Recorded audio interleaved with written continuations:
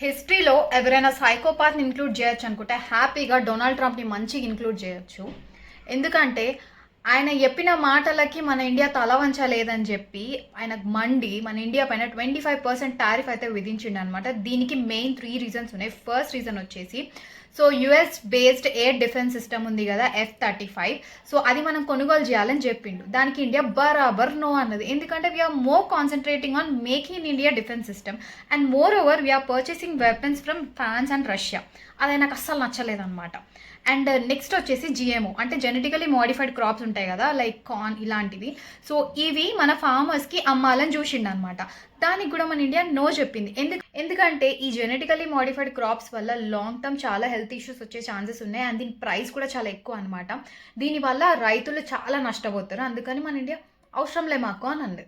And third one వచ్చేసి American based dairy ప్రోడక్ట్స్ని ఇండియాకి import చేద్దాం అనుకున్నాడు.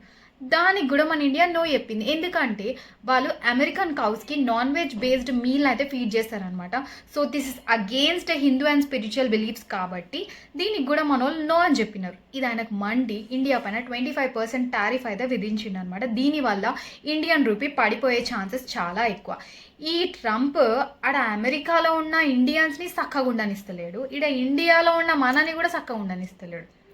దీనివల్ల కాలిఫోర్నియా ఆల్మండ్స్ కానీ వాషింగ్టన్ నుంచి వచ్చే యాపిల్స్ కానీ అండ్ ఇప్పుడు మన యాపిల్ ఐఫోన్ కానీ వీటన్నిటిపైన ట్యాక్స్ ఫుల్ పెరిగిపోయి రేట్లు చాలా పెరిగే ఛాన్సెస్ ఉన్నాయన్నమాట ఫ్యూచర్లో.